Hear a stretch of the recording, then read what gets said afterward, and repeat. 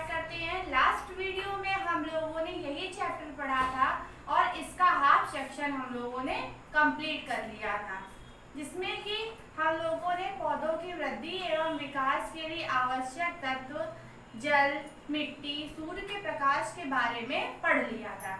अब आज हम लोग पढ़ेंगे पौधों का संरक्षण। क्या पढ़ेंगे हम लोग? पौधों का संरक्षण। चलिए स्टार्ट करते हैं इसको हम। देखिए, हम लोगों ने ये पढ़ा था कि पौधों को बचाने के लिए हमें अच्छी मात्रा में जल, मिट्टी और सूर्य के प्रकाश की आवश्यकता होती है, परंतु इन सब चीजों की समुचित मात्रा के अतिरिक्त हमें पौधों को संरक्षण करने की भी आवश्यकता होती है। अब ये संरक्षण हम कई विधियों के द्वारा करते हैं। पहली विधि हमारी आती है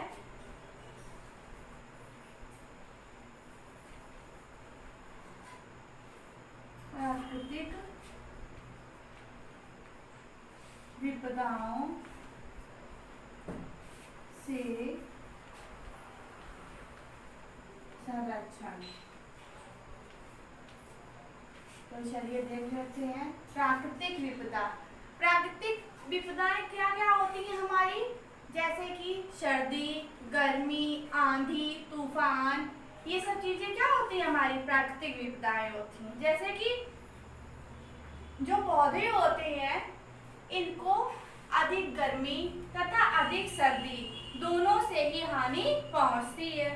जब अधिक गर्मी पड़ती है तो क्या होता है कि पौधे जो होते हैं वो अधिक गर्मी को सहन नहीं कर पाते हैं और बहुत अधिक गर्म मौसम में भी पौधे क्या होते हैं? मुरझा जाते हैं या नष्ट हो जाते हैं। इसलिए इनको अत्यधिक गर्मी से बचाने के लिए हमें थोड़ी थोड़ी देर में क्या करना चाहिए? जल देते रहना चाहिए। क्यों? देखिए, जब जैसे पौधे हैं तो हम सूर्य का प्रकाश जब उनमें ज्यादा मात्रा में पड़ेगा तो क्या होगा? जो जल होगा वो ज्यादा मात्रा में अवशोषित करेंगे वो, और जब ज्यादा मात्रा में अवशोषित करेंगे और जब हम उनमें जल नहीं डालेंगे तो क्या होगा कि फिर वो मुरझा जाएंगे, क्योंकि जब उन्हें पर्याप्त मात्रा में जल नहीं मिलेगा तो क्या होगा? मुरझा जाएंगे। इसलिए उनमें क्या करना चाहिए? थोड़ी थोड़ी देर में उनको बचाने के लिए हमें उनमें जल डालते रहना चाहिए।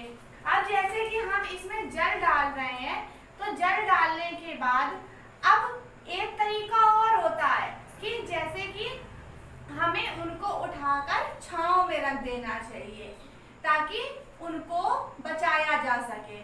अब गर्मी से तो बचाव होगी। अब क्या करेंगे हम लोग? सर्दी। पहले तो अभी गर्मी में हम लोग ये देखते हैं कि जैसे कि हमारे घर में तो एक पेड़ है या मतलब गमले में पेड़ हमने लगा रखे हैं, तो हम लोग तो चलो उठा के उसको ऊपर से नीचे रख लेंगे, धूप से बचा के छांव में रख देंगे। पर लेकिन जो खेत होते हैं, जो किसान लोग होते हैं, वो इनको किस तरह से बचाते हैं? वो इनको बचाने के लिए भूसे से या प्लास्टिक की चादरों से ढक देते हैं, जिससे कि वो अपने पौधों की सुरक्षा कर पाते हैं। अब गर्मी से बचाव देख लिया। अब सर्दी, जब अधिक सर्दी पड़ती है तो वो भी पौधों के लिए बहुत हानिकारक होती है। तो जब वो हानिकारक होती है तो जब रात होती है तो क्या होता है? जिस दिन ज्यादा ठंड पड़ती है तो उसको हम लोग बोलते हैं पाला पड़ रहा है। तो जब पाला पड़ता है तो वो भी पौधों के लिए बहुत हानिकारक होता है। और पाले से बचाने के लिए हमें क्या करना चाहिए? उनको मतलब खुले स्थान से हटाकर किसी बंद जगह में यानी कि मतलब जो ऐसी जगह हो जहां पर उन पर पाला असर ना कर सके, या उन्हें हमें किसी चादर से या जैसे किसी पन्नी से ऊपर उनके कर देना चाहिए, छांव कर देनी चाहिए, जिससे कि उनको पाले से बचाया जा सके, क्योंकि पाला उनके लिए बहुत हानिकारक होता है। अब गर्मी हो गई हमारी, सर्दी हो गई। अब जब आंधी आ जाती है तब भी देखिए नुकसान होता है ना, क्योंकि कभी कभी आंधी में हवा इतनी तेज चलती है कि जो छोटे छोटे पेड़ होते हैं वो सारे गिर जाते हैं। तो जब गिर जाते हैं तो इनको बचाने के लिए किसान लोग क्या करते हैं कि जैसे कि खेतों के आसपास बड़े बड़े वृक्ष लगाते हैं, जिससे कि जो तेज हवाएं होती हैं और आंधी होती है वो जो बड़े वृक्ष होते हैं उनसे वो छोटे पेड़ों की रक्षा करते हैं और वो आंधी को और तेज हवा को रोकने में सहायता करते हैं। इसलिए हमें क्या करना चाहिए, अपने पेड़ों को हमेशा सुरक्षा प्रदान करनी चाहिए, क्योंकि जो पेड़ पौधे होते हैं वो हमारे लिए बहुत आवश्यक होते हैं। अब हमारा नेक्स्ट इसमें पॉइंट आएगा मानव एवं पशुओं से संरक्षण। तो चलिए अब हम लोग इसको देखेंगे। जैसे कि हमारा आता है पशुओं से संरक्षण। जैसे कि हमारा खेत है, खेत में फसल खड़ी है, तो जैसे कि फसल जो होती है, जो हमारे ये पशु होते हैं जैसे गाय, भैंस है, बकरी, सांड, ये सब क्या करते हैं, हरे पेड़ पौधे खाते हैं ये। तो क्या करते हैं, ये पेड़ों में उसमें बागों में या खेतों में घुस जाते हैं और क्या करते हैं, सारी फसल को चर डालते हैं। तो इनसे बचने के लिए हमें क्या करना चाहिए, अपने खेतों के चारों ओर कटीली झाड़ियाँ और नुकीले तार, ये सब चीजें लगा देनी चाहिए, जिससे कि हम पशुओं से इन खेतों की सुरक्षा कर सकें। अब जैसे पशुओं से संरक्षण के तो उपाय आपने देख लिए। अब क्या है हमारा मानव जो होता है, अब जैसे कि हम ही लोग हैं, खेत में जाते हैं, खेत में चलते हैं, तो हम लोग को क्या करना चाहिए, बहुत सावधानी से चलना चाहिए। क्यों? क्योंकि जैसे कि हम लोग चलते हैं तो कई बार छोटे छोटे पेड़ पौधे जो होते हैं वो उस पैरों के नीचे पड़ जाते हैं और वो दब जाते हैं, जिससे कि क्या होता है कि वो नष्ट हो जाते हैं। इससे भी पेड़ पौधों को बहुत नुकसान होता है। इसलिए हमें खेतों में बहुत सावधानी पूर्वक चलना चाहिए। अब हमारी नेक्स्ट हेडिंग आएगी कीट एवं रोगों से संरक्षण।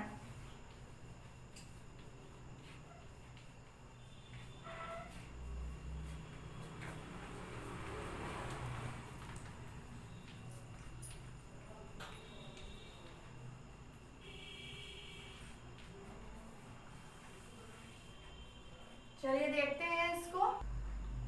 चलिए स्टार्ट करते हैं अपना नेक्स्ट, कीट एवं रोगों से संरक्षण। जैसे कि अब खेत है, खेतों में क्या होता है, फसल खड़ी है, तो इसमें बहुत से कीट हो जाते हैं, जैसे कि हमारे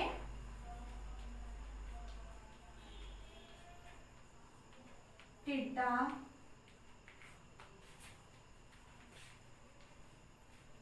माहू आदि। ये जो कीट होते हैं, सूड़ी वगैरह, ये क्या करते हैं, ये खेतों में हो जाते हैं और ये क्या करते हैं, पौधों को नष्ट करते हैं। क्या करते हैं, ये कैसे नष्ट करते हैं पौधों को, ये हरी जो पत्तियां होती हैं पौधों की, उनको क्या करते हैं, खा जाते हैं। और जब पेड़ों में पत्तियां नहीं होंगी तो क्या वो भोजन बना पाएंगे, बिल्कुल नहीं बना पाएंगे। तो जब ये भोजन नहीं बना पाएंगे तो क्या होगा, पौधे मर जाएंगे। तो इसलिए इनको इन कीटों से बचाने के लिए इनमें कीटनाशी दवाइयाँ कौन कौन सी,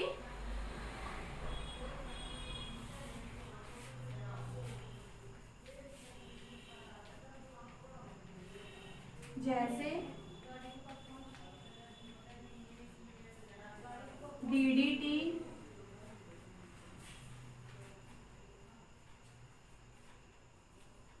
जिससे कि हमारी DDT, गैमेक्सिन,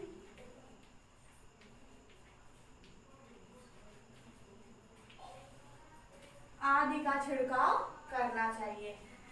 अब हमने कीटनाशक से तो बचा लिया, परंतु जैसे कि हम लोग मनुष्य हैं, मानव हैं, हम लोग रोगों का शिकार होते हैं, बीमार पड़ते हैं, उसी तरह से जो पौधे होते हैं उनमें भी रोग लग जाते हैं। रोग लग जाते हैं जैसे कि इनमें वायरस है, बैक्टीरिया और फफूंदी, ये सारे रोग लग जाते हैं। तो इनसे बचाने के लिए हमें इनमें कौन कौन सी दवाइयां का छिड़काव करना चाहिए, जैसे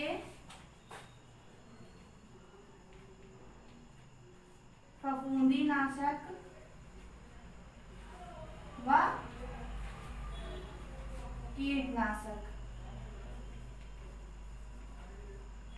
दवाइयों का छिड़काव करना चाहिए। अब हमारी नेक्स्ट हेडिंग आएगी बीजों का भंडारण। उत्तम किस्म के जो बीज होते हैं उनसे क्या होता है, फसलों की पैदावार जो है वो बढ़ाई जा सकती है। कैसे बढ़ाई जा सकती है? क्योंकि अगर बीजों की जो गुणवत्ता है उसको बनाए रखने के लिए हमें क्या करना पड़ेगा, उनको ठीक से रखना पड़ेगा, यानी कि ठीक से उनको क्या करना पड़ेगा, भंडारण करना पड़ेगा, स्टोर करना उनको अच्छे से पड़ेगा। क्यों पड़ेगा?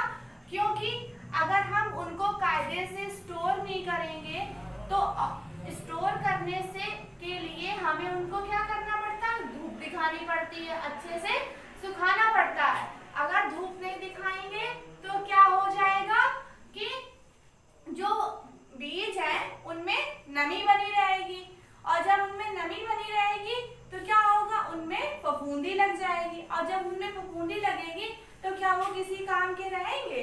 बिल्कुल नहीं रहेंगे, वो क्या हो जाएंगे, बेकार हो जाएंगे। इसलिए उनको क्या करना पड़ता है, हमें अच्छे से भंडारण करना पड़ता है, और भंडारण करने के लिए हमें क्या करना पड़ता है, उनको एयर टाइट बॉक्सेस में यानी कि वायु रोधी डिब्बों में ढककर रखना पड़ता है।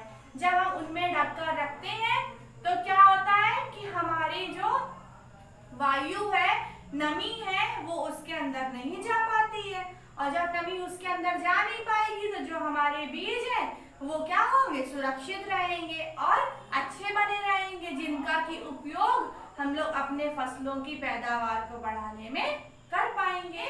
अब ये हमारा ये टॉपिक यहाँ पे फिनिश हो गया है। अब हम इसमें